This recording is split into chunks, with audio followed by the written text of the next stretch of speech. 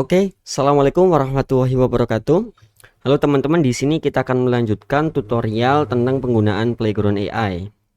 Yang mana dalam video ini kita akan berfokus untuk membahas tentang fitur seed dan juga image to image.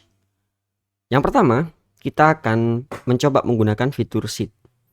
Seperti biasa, teman-teman silahkan atur tempat karyanya atau kanvasnya ya. Di sini teman-teman bisa taruh dimanapun ya, semaunya.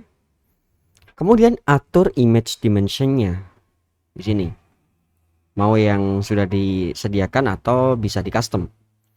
Setelahnya, seperti biasa kita masukkan promnya. Silahkan teman-teman mau menggunakan promnya sendiri atau mau mencoba prom yang saya buat. Yang mana ya ini saya random aja seperti itu. Oke, kemudian di sini kita pilih filternya di sebelah kiri ya kan. Saya mau menggunakan yang realistic stock photo. Kemudian di sini untuk expand promnya ini tidak perlu diaktifkan teman-teman ya. Ya, ketika nanti akan menggunakan sheet ini akan sangat berpengaruh. Tapi untuk saran saya, di sini teman-teman cukup sediakan promnya aja agar nanti gambarnya sesuai tanpa perlu mengaktifkan fitur ini. Kecuali kalau teman-teman ingin menghasilkan karya yang sangat berbeda, maka ini bisa diaktifkan. Nah, dalam case ini saya memilih untuk tidak mengaktifkan fitur ini agar sesuai dengan prompt yang saya masukkan saja hasilnya. Untuk negatif promnya saya masukkan sesuai dengan apa yang sudah ada di sini ya, default. Oke, kayak gini. Kemudian untuk modelnya saya menggunakan Stable Diffusion. Prompt guidance-nya di sini saya rendahin sedikit ke 15 aja. Quality details-nya saya tinggiin. Oke, 115. Nah, di bagian sini ini kita checklist yang ini ya teman-teman ya. Kita checklist dulu yang ini karena kita akan membuat karya yang baru. Oke, samplernya saya pakai yang DDM. Oke. Kalau sudah, kita langsung klik generate. Kita tunggu terlebih dahulu hasilnya. Oh ya, teman-teman, di sini untuk proses rendering gambarnya atau proses menghasilkan gambar, dia mengambil durasinya itu dari seberapa besar kita meninggikan angka ini, quality dan juga dari samplernya itu pengaruh teman-teman. Oke, itu untuk pengetahuan sekilas saja. Di sini sudah muncul ya hasilnya seperti ini teman-teman. Nah, oke, di sini kita akan menggunakan fitur sheet. Di mana di sini ketika kita klik pada bagian gambar yang ini yang sudah dihasilkan tadi, dia punya sheetnya sendiri. Nah, ini kita copy ya. Kemudian di bagian karya yang akan kita hasilkan yang baru, di sini kita unchecklist yang ini, kemudian sheetnya kita ganti di sini dengan sheet yang kita ambil dari sini tadi ya. Kita copy, kita klik di sini auto copy, kemudian kita masukkan di sini. Oke ya. Nah, di sini teman-teman misalnya bisa mengganti tuh misalnya with red and white flags behind misalnya. Kemudian wear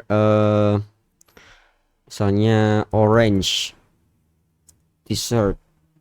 Oke, misalnya seperti ini ya teman-teman ya. Kita langsung klik generate. Oke. Settingan yang lain-lain sama. Kita nggak ubah, kita hanya ubah promptnya dan juga tadi kita menggunakan sheet. Kita lihat hasilnya seperti apa.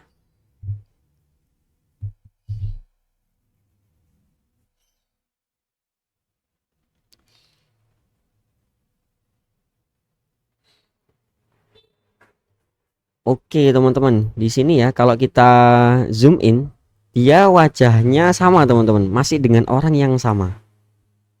Ya, mungkin kalau dari kejauhan nggak terlalu kelihatan ya, tapi kalau kita zoom in, dia sama wajahnya. Dia mempertahankan wajah dari karya yang sebelumnya. Kalau teman-teman masih belum percaya, kita akan buat lagi nih. Misalnya di sini a man is, misalnya kita ganti drinking a cup of coffee on top of the mountain, misalnya kayak gini ya, where like, misalnya kita hapus, misalnya seperti ini. Nah, sheetnya kita masih pakai yang sama yang tadi ya, kita langsung klik generate. Kita akan lihat hasilnya seperti apa.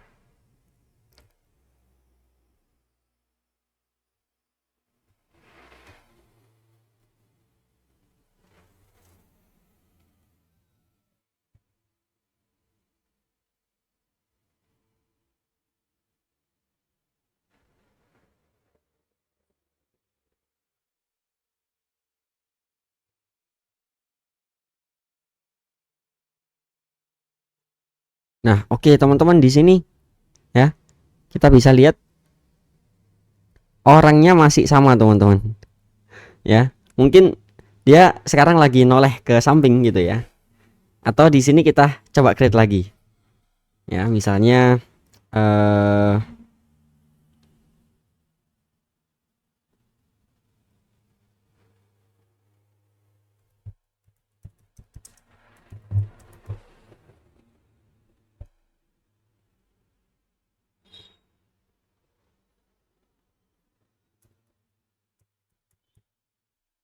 oke, kemudian kita klik generate. Keunggulannya kalau teman-teman pakai fitur sheet ini, dia akan konsisten dan teman-teman bisa bisa pakai untuk menghasilkan karya yang dia mengambil dari inspirasi karya sebelumnya. Seperti itu teman-teman. Karena ini sudah pernah saya buktikan, saya menguji konsistensinya dan hasilnya bagus, teman-teman. Nah, dia masih dengan tokoh yang sama, teman-teman di sini. Ya, masih dengan orang yang sama. Tapi posenya berbeda gitu. Jika ingin teman-teman menghasilkan 100% sama wajahnya ya, mungkin nggak mirip-mirip banget, tapi kemiripannya itu ya ada lah 80-90%, ya kan? Kalau misalnya kita pakai prompt yang sama, misalnya ya kita pakai prompt yang ini, kita taruh di sini, maka hasilnya akan 100% sama karena promptnya sama persis.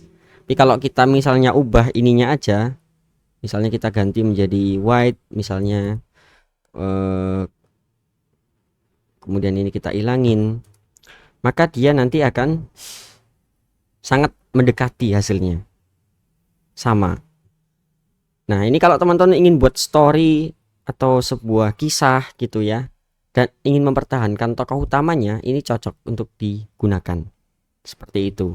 Nah, ini misalnya orangnya lagi mau persiapan nih, mau naik ke gunung misalnya, kemudian ini lagi di puncak. Nah, ini menikmati kopi. Nah, ini waktu olahraga dan seterusnya. Nah, ini ya teman-teman ya. Ini wajahnya bisa dilihat dan di sini. Oke, mungkin aksen wajahnya agak sedikit berbeda ya. Tapi secara looks ya keseluruhan dia sama. Oke ya. Bisa dibilang dari kelima ini dia memiliki kemiripan. Kalau kita buat karya baru tanpa menggunakan sheet yang kita copy, kita randomize, maka dia akan berbeda sama sekali. Kita klik generate, ya kita lihat hasilnya seperti apa tanpa menggunakan sheet. Coba bandingkan hasilnya dengan menggunakan sheet, teman-teman.